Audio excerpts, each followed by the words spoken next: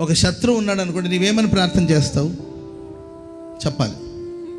క్షమించమని ప్రార్థన చేస్తావు. తర్వాత ఇంకా వాడిని మార్చండి ప్రభా, నా శత్రు మారాలి, శత్రు మారాలని ప్రార్థన చేస్తూ ఉంటాం. కానీ నేను శత్రు మారాలని ప్రార్థన చేయను. ఈ శత్రువు నా జీవితంలో ఎందుకు పెట్టావు ప్రభా?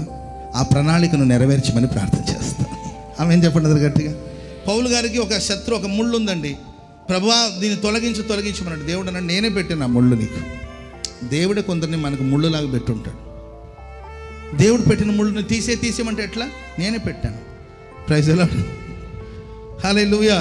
ఇక్కడ వాటర్ బాటిల్ పెట్టాను, తీసేయండి, దాన్ని తీసేయండి, నేనే పెట్టాను. వాటర్ బాటిల్ తీసేయండి, దేవుడే పెట్టాడు అంటే మరి ఆయనకి ఏదో ఉద్దేశం ఉంటుంది కదా.